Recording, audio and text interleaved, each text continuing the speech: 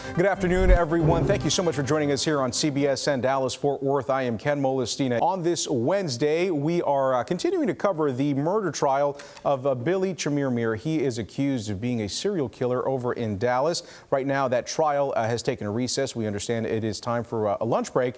So we want to go ahead and bring in our reporter, Andrea Lucia. She has been covering the trial from the very beginning. And again, this is day 3 now. Andrea, thank you once again for taking the time to update us with everything that's been going on today. We know that today the majority of the time inside of that courtroom was dedicated to hearing what Chemirmir had to say to detectives following his arrest. What was made of that? What did he say? Well, Ken, in this video that we've been watching, Billy Chemirmir is being confronted with the evidence against him. You may recall when he was arrested, he had the murder victim's jewelry on him. He had her jewelry box on him.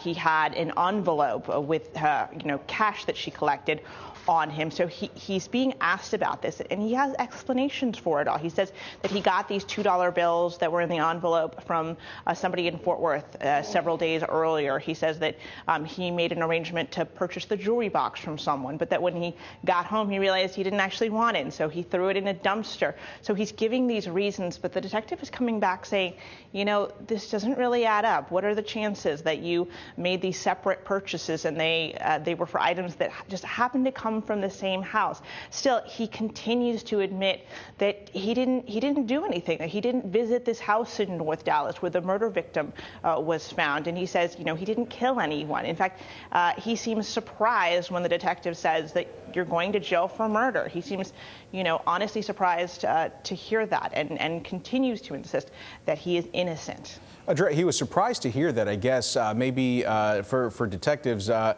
you say, they didn't think his responses were adding up, so he was surprised to hear that, he was on the hook for murder. But what was his demeanor like in this video? What can we glean, if anything, about the way that he was acting? So he's sitting there for quite some time. For the most part, he seems to have his arms crossed in front of him. There are some times where he smiles. He has a bit of awkward laughter. Now, the detective is asking him all sorts of questions, not just about this murder, but about his life. He talks about his family. He talks about, family back in Kenya. And so, throughout, there are times where he's smiling, and it's kind of odd considering everything that's going on. But yeah, there's times when it's not quite clear that they're in there talking about a murder. At one point, though, the detective does come out and say, after he tells him that he's going to be charged with murder, he says, what is a jury going to think? What's the jury going to think when we play the video of this interrogation out to them and they see you and you're not showing any emotion and you're not showing any remorse?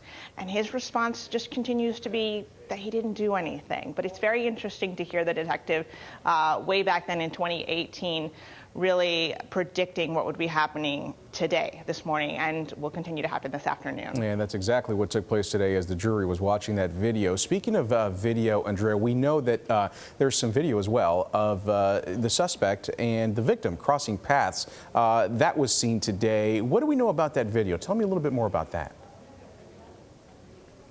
Okay, so that came up in the very first witness's testimony this morning. That was a homicide detective from the city of Dallas.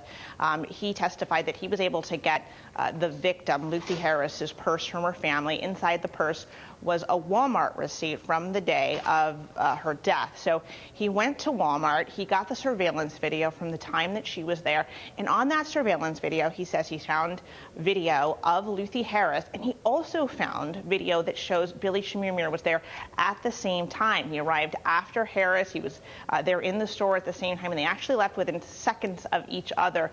You then see them get in their cars, and their cars take off in the same direction. The defense came out and sort of emphasized the point that you don't really see them interact in any way. You don't see them talking to each other. But what the video does show us is that just hours before Lucy Harris was found dead, she and Chemirmir were at the same Walmart at the same time and left at the same time, leaving in the same direction.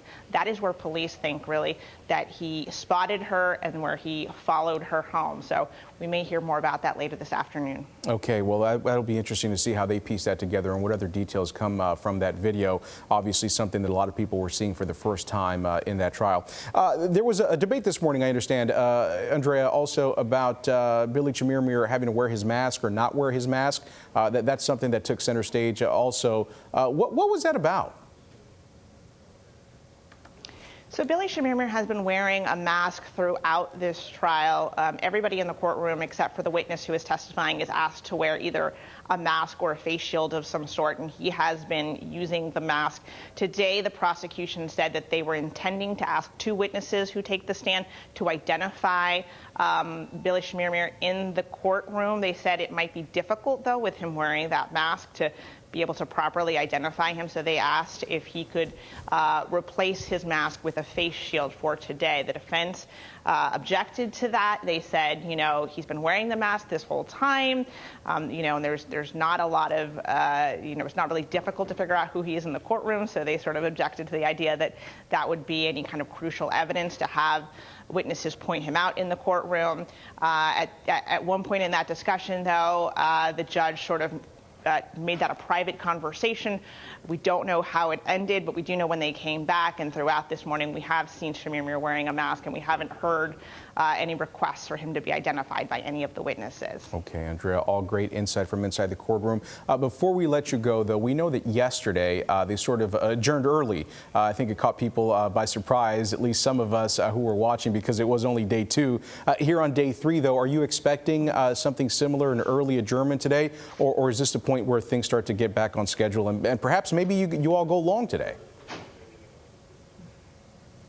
Yeah, so I don't want to make any certain predictions, but what we have been hearing is that there have been sort of warnings going out that today would be a long day. It might even be the last day of testimony. The judge has, you know, periodically throughout this trial made it clear that she really wants to get things wrapped up this week. That's the expectation that's been set.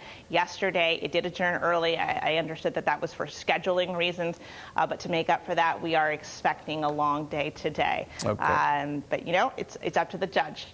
Yeah, it certainly is. Andrea Lucia live for us right now in Dallas with the very latest on the Billy Chemirmir trial. We appreciate all the insight, Andrea. We will be seeing you a little later on today on CBS 11 at 4, 5, and 6 o'clock. Thank you very much for the insight.